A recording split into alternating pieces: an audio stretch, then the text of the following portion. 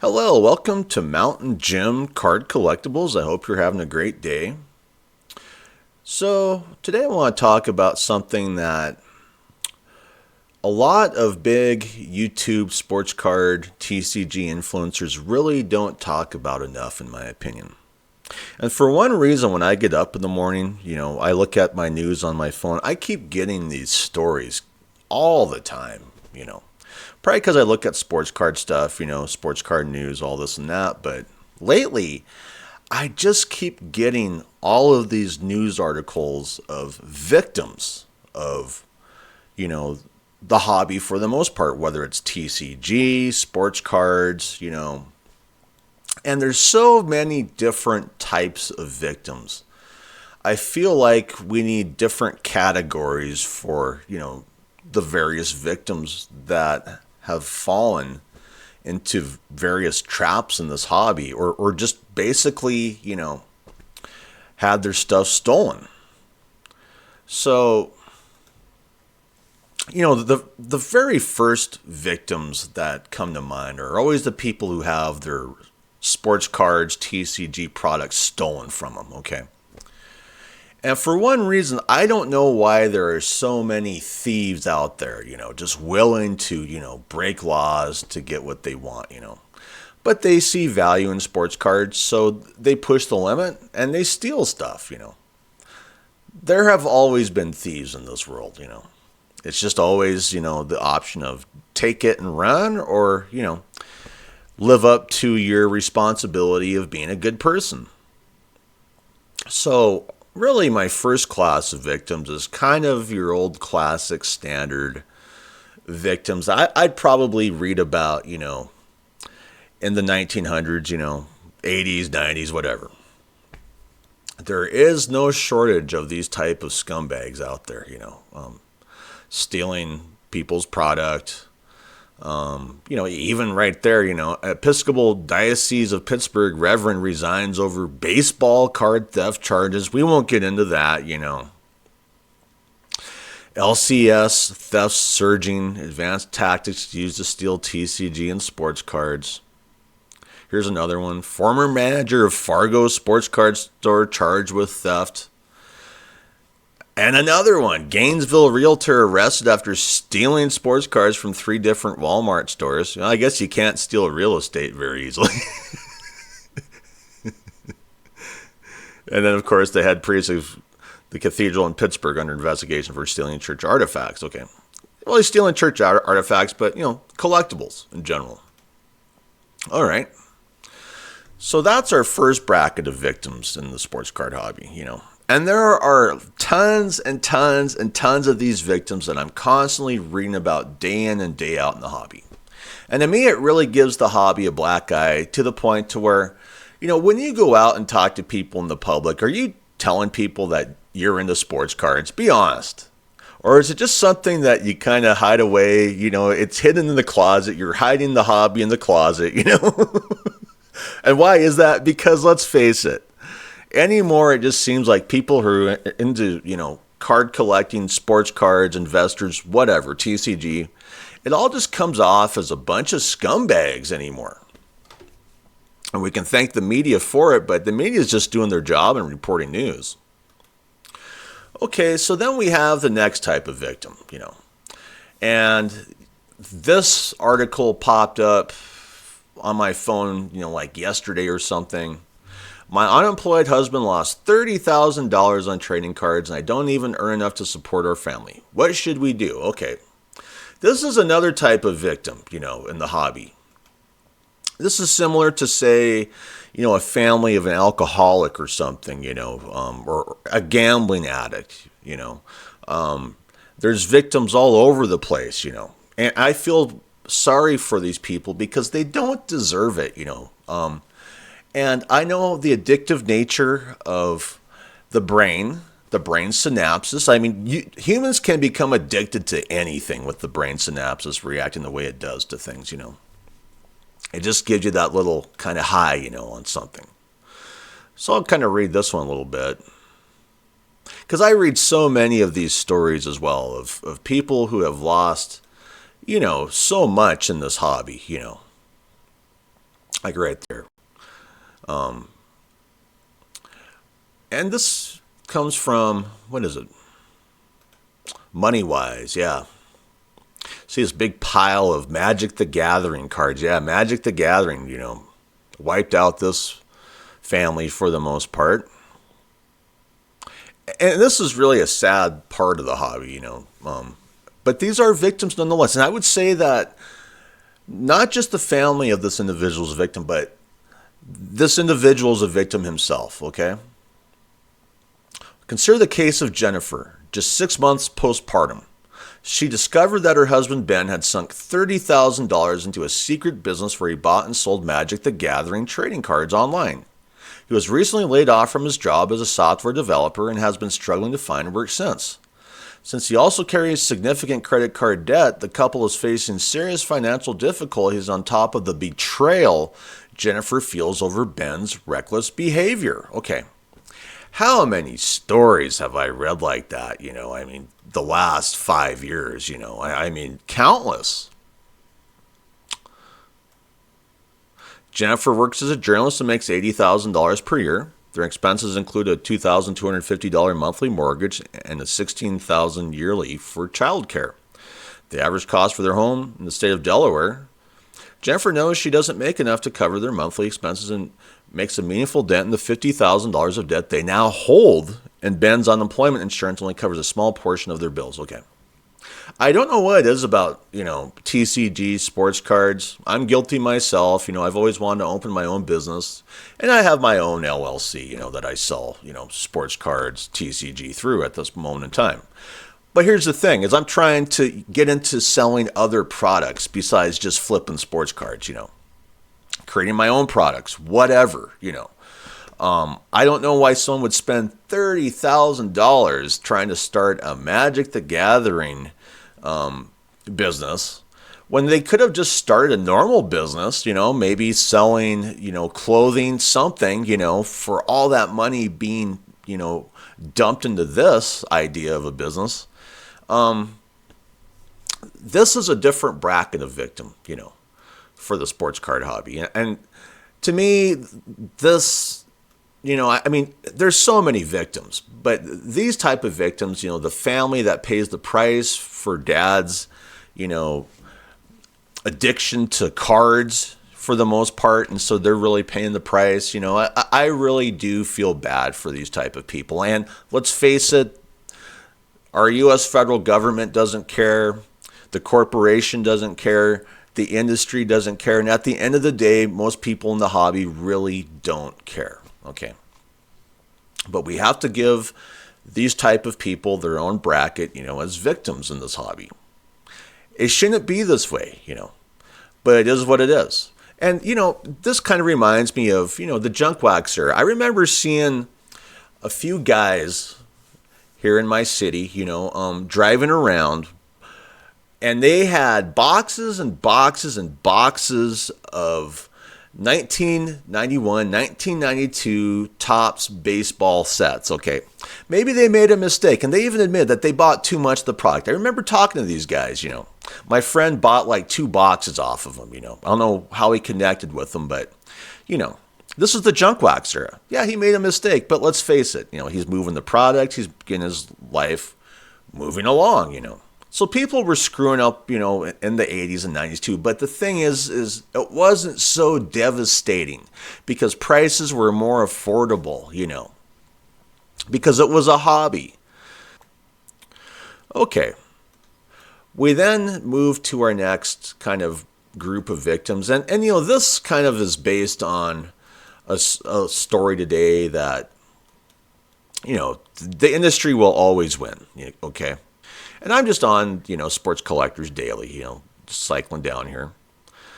Federal court tosses sports card collectors class action lawsuit against Fanatics. And, they were right to toss out this class actions lawsuit for the fact that the plaintiffs, that brought up this case, they could not prove that they had been buying product that was overpriced because a lot of these licenses still have not kicked in, when they filed all this and that. So it does make sense why I got booted out. But let's face it, overall, what these people are saying is right on the mark for the most part, and that's these cards are being overpriced. It feels like price gouging in this monopoly. And maybe they put it in too early and the government, said, hey, you didn't show us that you're overpaying for these cards.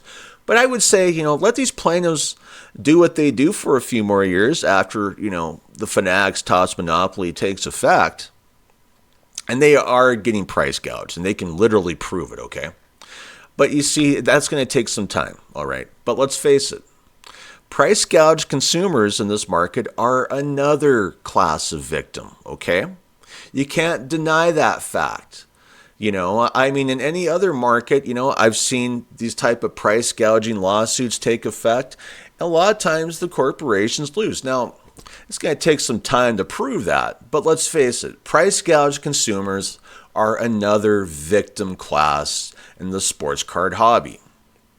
So we have to carve out another slice of the pie for these individuals, And, maybe that's you. Maybe you view yourself as another victim that was price gouged to what in this hobby. You're a victim. It shouldn't be happening. We should be back to, the classic, 1900s hobby, not this type of chicanery. Okay, so another type of victim, all right? And then, of course, we come to the breaking angle, okay? And I would say that gamblers who are constantly losing all their money in breaks fall into another category of victims. And there's no shortage of these type of news articles online. I mean, they're endless. For the most part. I mean, it just goes down and down and on, Like right here, I'll just read some of the headlines, Breakers have ruined this hobby, okay? Became addicted to breaks, accrued lots of debt. Yep, I guess I could go ahead and click this. It's a Reddit. Why not, Became addicted to breaks, accrued lots of debt, selling everything to get out. Yeah, I have seen this story so many times, and so many people, they're in, they're out because they just can't control this thing, And you have to look at the way the industry is expecting them to gamble their money, I mean, it goes from Topps Fanatics, brand new product. They don't give much direct to consumer. It goes right to their favorite breakers and Fanatics Live, Fanatics Collect, So you are forced to gamble to get good cards. And a lot of people will stick up for it.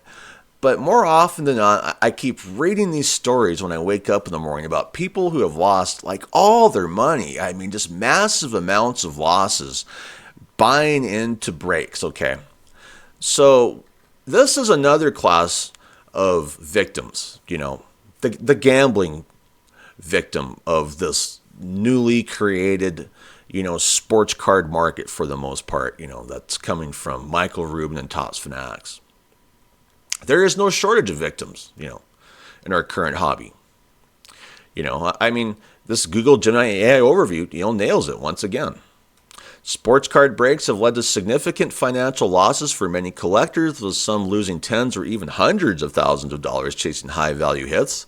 Addicted participants often spend their entire paychecks on breaks where collectors buy spots to receive cards from specific teams in unopened boxes due to the intense gambling-like atmosphere. Yeah. And, I mean, they experience significant losses. I won't get into this too much. Addiction and risk, the breaker trap, and financial impact. Yeah, these are victims. You can't say they're not. But it's out there, It's an addictive way of forcing people to buy sports cards. And I just keep saying, I just wasn't seeing all the victims prior to, 2000 taking effect, or basically Topps Fanatics, Yeah, there's always been some victims, in this hobby.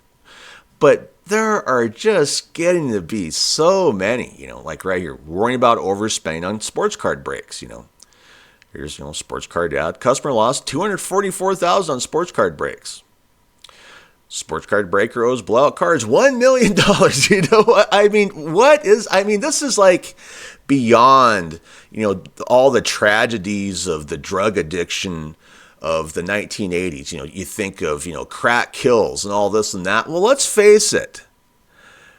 Card addiction can ruin a lot of people, Okay, so the next category of victims in the card industry definitely kind of revolves around Whatnot and just online sales platforms in general. And these are just buyers who have more or less been scammed. They're expecting, something in the mail that they purchased on Whatnot or whatever, and they never get anything, And that also comes, from, manufacturers as well. People send cards back. They don't get anything back for years. I kind of consider those people victims as well.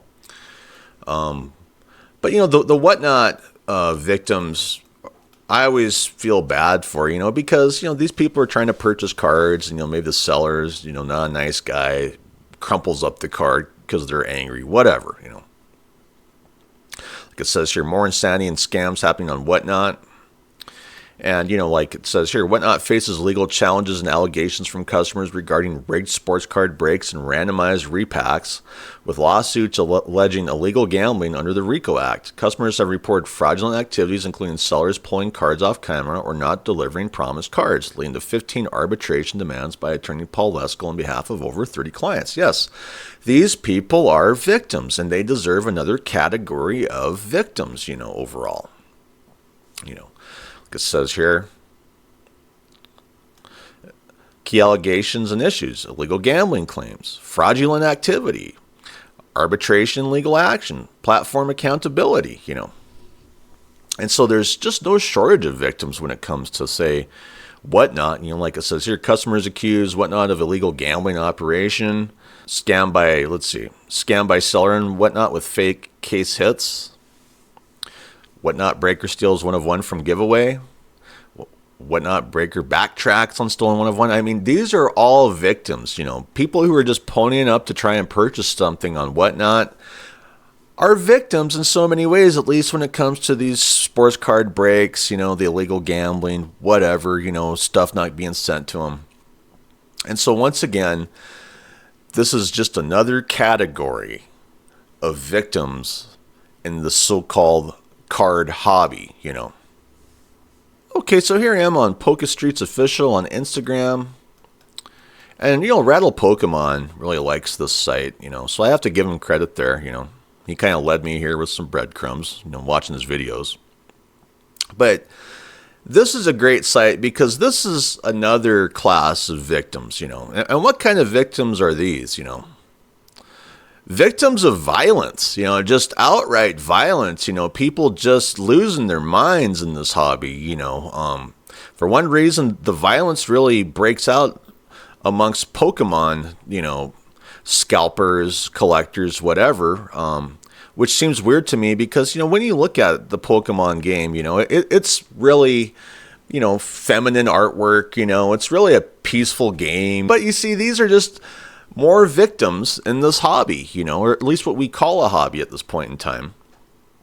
And these are just kind of classic victims of violence, unfortunately, Rattle Pokemon does a great job of focusing on these group of people, victims, whatever you want to call them, people losing their minds, victims of violence, fights, I mean, it's just such a bad look, and it's probably one of the worst looks for the hobby in general. Yeah, there's no shortage of scumbags, but there's no shortage of fights in this hobby either, for one reason or another, And so here's our next. So there's a lot of categories of victims in this hobby that range from gambling to families of gamblers to, people who are getting ripped off. It just goes on and on. The breakers, to me, it's a bad look. It really does need some legal guardrails coming from the federal government, in my opinion. So how are you feeling about all this? I mean, I covered a lot of categories of victims. If I forgot a category of victims that you know of, please leave it in the comments. I mean, that's just the thing, is there are so many victims, to go along with this hobby at this point in time. It just really needs to get cleaned up. There's no reason for it, and you wouldn't see all these victims if prices were more, affordable, sustainable, if you didn't have, breaking companies, pushing gambling, if you didn't have people losing their minds over Pokemon or other TCG like Magic, and trying to start businesses. I just think it'd be nice to clean it up.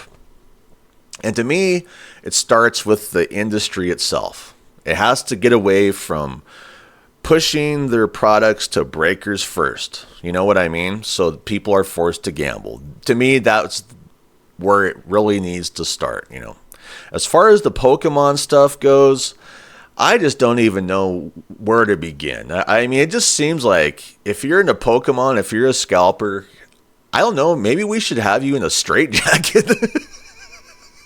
At least from what you see on social media. I've scalped Pokemon. I'm not crazy, but a lot of these Pokemon scalpers, there's just something there that they just lose their damn minds. And there's so many victims to go along with it, unfortunately. So anyway, I'd like to thank you for watching this video. I'd like to thank my subscribers. You're the reason I keep doing these videos. And if you're a viewer, I'd like to thank you for watching. If you could subscribe, it'd really help me out. Hit the thumbs up, If you subscribe, hit the notifications, so you know when my stuff is coming out. And I hope you have a great day. I'm out of here. Bye.